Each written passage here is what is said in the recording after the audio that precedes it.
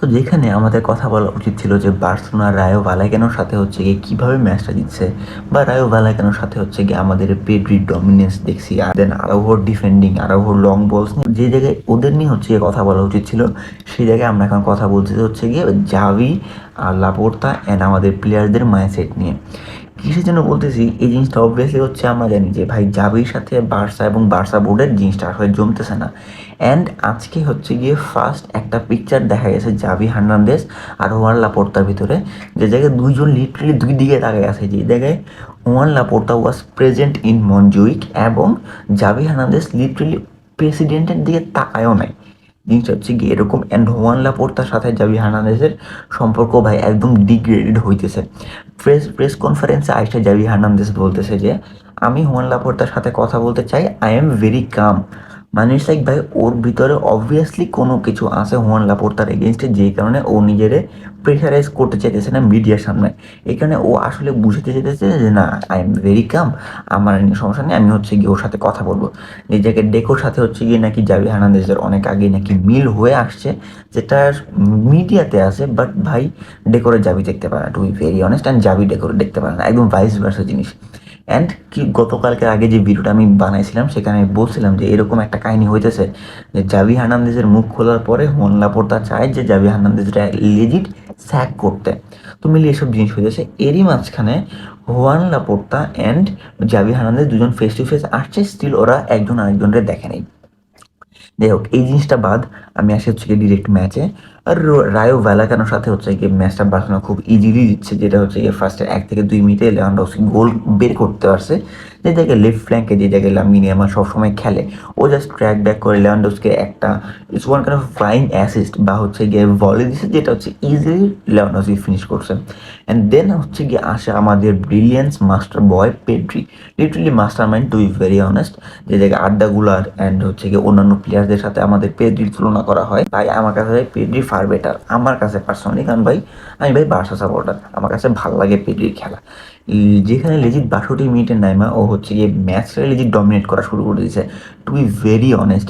কারণ পেড্রির আজকে হচ্ছে পেড্রি ছিল টু বি অনেস্ট একদম অ্যাটাকিং একটা প্লেয়ার, মানে অ্যাটাকিং লাইন আপে হচ্ছে গিয়ে ও থাকবে অ্যান্ড ও হচ্ছে গিয়ে গোলগুলো স্কোর করবে, লাইক ইন বিহাইন্ড রানে আছে, দেন আমার হচ্ছে গিয়ে 1-2 হচ্ছে গিয়ে ও আগে আছে। এভাবে হচ্ছে গিয়ে পেড্রি লেজিট আজকে গেমটা কন্ট্রোল করছে। ফার্স্ট গোল যেভাবে আসছে, ভাই Joao Felix to be very honest, literally ওর যে ড্রিবলিং স্কিলস যেগুলো দেখাইছে লেজিট ভাই অ্যামেজিং। লেজিট 3 থেকে 4 জনের লেজিট ড্রিবল করে ও হচ্ছে গিয়ে বের করে গেছে একদম লাস্ট মোমেন্টে। গোল স্কোর করতে পারে না, বাট রিবাউন্ড হয়ে হচ্ছে গিয়ে পেড্রি শুট করছে অ্যান্ড ওটা গোল, তুমি ভেরি অনেস্ট একদম আই প্লিজিং একটা গোল। তুমি এই গোল হচ্ছে গিয়ে সারাদিন দেখতে পারবা। সেকেন্ড গোল যেটা আসছে পেড্রির আরাহোর লং বল, যেটা আমি শুরুতে বলতেছিলাম। আরাহো মেনলি উপরে ওঠে নাই, আরাহো করতেছিল ডিফেন্স। আরাহো যখন ডিফেন্স করতেছিল মেনলি আমরা কি জানি কুবার্সি হচ্ছে কি লং বল দেয় বা কোন দেয় আগায় আসে, এরকম একটা জিনিস হয়। But Araujo is making up, ও হচ্ছে ওর প্লেইং স্টাইলটা হচ্ছে ইমপ্রুভ করার জন্যই ও একটা লং বল দিচ্ছে। And clap goes to Pedri. Pedri হচ্ছে কি দেখছে যে না ভাই আরাহো লং বলটা দিতেছে, অ্যান্ড ও জাস্ট হচ্ছে কি রানটা মেক আপ করছে। অ্যান্ড ভাই easy finish to be very honest, কারণ এই জিনিসটা ফিনিশ করা ইজি না, যে জায়গায় দুজন তোমার উপরে ট্যাকেল দিতেছে, গোলকিপারও আসতেছে, সেই জায়গায় ফিনিশ করা ইজি না, but Pedri did it. Game শেষে আমি যদি এখন আসি অন্যান্য সেক্টরে, ভাই আমাদের লেজিট যেটা শুরুতে বলছি, গেম বাদে অন্যান্য জিনিসের উপরে বার্সা ফ্যান আর বার্সেলোনার ফোকাস বেশি থাকে, যে প্রেস কনফারেন্সে কী হলো, দেন অন্যান্য সেক্টরগুলোতে কী হলো। একটা শকিং নিউজ আছে টু বি ভেরি অনেস্ট। আমি এখন যে সকল প্লেয়ারদের নাম বলবো ওদের হচ্ছে গিয়ে সব থেকে বেশি প্রবাবিলিটিস বা চান্সেস থাকবে এই সিজনে বার্সেলোনা ছেড়ে চলে যাওয়ার।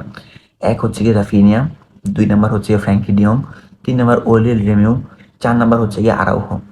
এই 4 জন হচ্ছে গিয়ে সব থেকে বেশি যে এই সিজনে ছেড়ে চলে যাবে। মেন জিনিস কি, ওরিয়েল রেমন চলে যাক, আই ডোন্ট গিভ আ শেট, কারণ ও ভাই অলরেডি একটা শেট প্লেয়ার। আলোনসো চলে যাইতেছে, আই ডোন্ট গিভ আ শেট, হি ইজ অলসো আ শেট প্লেয়ার। আমার সব থেকে বেশি কনসার্ন হচ্ছে গিয়ে রাফিনিয়ারে নিয়ে, আরেকজন হচ্ছে গিয়ে ফ্র্যাঙ্কি ডিয়ংরে নিয়ে, আরেকজন হচ্ছে গিয়ে আরাউহো। মেনলি এই 3 জন নিয়ে আমার সব থেকে বেশি কনসার্ন, কারণ ভাই আরাউহোর ভিতরে এই লেভেলের মাইন্ডসেটটা আছে যে যেটা আমাদের Barcelona to be very honest দরকার। হ্যাঁ ফাকড আপ করে, বাট একটা মাইন্ডসেট আছে আরাউহোর ভিতরে। ফ্র্যাঙ্কি ডিয়ং ভাই আমি জানি এই জিনিসটা হচ্ছে গিয়ে অনেকে আমার সাথে ডিসএগ্রি করবে, যে ফ্র্যাঙ্কি ডিয়ং হচ্ছে গিয়ে বার্সার সব থেকে হাইয়েস্ট পেইড প্লেয়ার হয়েও ও হচ্ছে গিয়ে কোনো গোল করতে পারে না, বা ওর কোনো হচ্ছে গিয়ে আমরা ব্রিলিয়েন্স দেখতে পাই না ম্যাচে। বাট ভাই he is one of the best midfielders আমাদের বার্সার কারেন্টলি। কারণ ভাই এই পোলাটা হচ্ছে গিয়ে সেন্ট্রাল মিডের একজন প্লেয়ার। ওরে দিয়ে আমরা defensive as a centre back as a full ব্যাকও খেলাইছি। তুমি পারবা না অন্য কোনো প্লেয়ারদেরকে নিয়ে এভাবে খেলাইতে। ভাই আমি ফ্র্যাঙ্কি ডিয়ংয়ের ফ্যান বয়, আমি জানি ভাই ও কী করছে। সবসময় গোল দিয়ে তুমি তুলনা করতে পারবা না, জিনিসটা একদম অবভিয়াস। সব থেকে বেশি টাকা খায়, but still he is nominated as the UEFA's one of the best midfielders. Yes, he is. ভাই তুমি ওরে গোল দিয়ে তুলনা করতে পারবে না ভাই। ফ্র্যাঙ্কি ডিয়ং যদি চলে যাবে, it would be a huge loss. আর হো, it would be huge loss. আর ভাই আমি মেনলি চাই না রাফিনিয়া যাক, যাও ফেলিক্স যাক, বাট রাফিনিয়া না যাক। কারণ কিসের জন্য ভাই, রাফিনিয়া হচ্ছে কি বার্সার সব থেকে মোস্ট থ্রেট মেকিং প্লেয়ার। ভাই ও থ্রেট ক্রিয়েট করবে, অ্যাজ অলওয়েজ ও থ্রেট ক্রিয়েট করবেই। আমাদের দরকার এমন একজন player, to be very honest. Oriol Romeu যাক, অ্যালোনসো যাক, I don't give a shit. But আমি চাই এই তিনজনের ভিতরে ভাই কেউ না যাক, টু বি ভেরি অনেস্ট।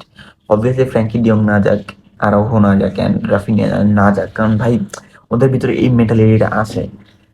এখন মেন জিনিসটা হচ্ছে গিয়ে এরকম যে ওদের ছাড়া ব্যতীত আর কোনো কিছু আমাদের করারও নাই। কারণ আমাদের পরের সিজন খেলতে হবে। অ্যাটলিস্ট তুমি যদি ওই প্লেয়ারদেরকে ধরে রাখো, তুমি পরের সিজন খেলতেই পারবা না ভাই। এফপিপি রুলসই এটা, তুমি খেলতেই পারবা না। লিটারেলি মানে তুমি ট্রান্সফার মার্কেটে তো ইনভেস্ট করা বা তুমি খেলতেই পারবা না, এরকম হচ্ছে এই জিনিস। যাই হোক, আমি মেনলি জানি না ভাই এখন কি হবে বার্সার কপালে। লিজিট টাকা নাই, এমন একটা অবস্থা হয়েছে হচ্ছে কি বার্সেলোনার কোনো দিক থেকেই শান্তি নেই। ম্যাচ জিতাও শান্তি নেই। কারণ যে নিউজটা হচ্ছে কি আমরা আমরা দেখতে পারলাম যে আরাউহো, দেন রাফিনিয়া, দেন ওরিয়েল রিমেও, দেন জাও ফেলিক্স, ওদের ফ্যামিলি হচ্ছে গিয়ে একসাথে ছবি তোলার জন্য অ্যাজ আ লাস্ট মেমোরি। আমরা জানি হচ্ছে গিয়ে আজকে হচ্ছে গিয়ে মনজুইকে ওদের লাস্ট ম্যাচ, নেক্সট গেম হচ্ছে গিয়ে আওয়েতে। জানি না ভাই কি হবে বার্সার। যাই হোক, আজকের জন্য এই পর্যন্তই। আপনি যদি আমার ভিডিও নতুন দেখেন, make sure to subscribe the channel and follow for more.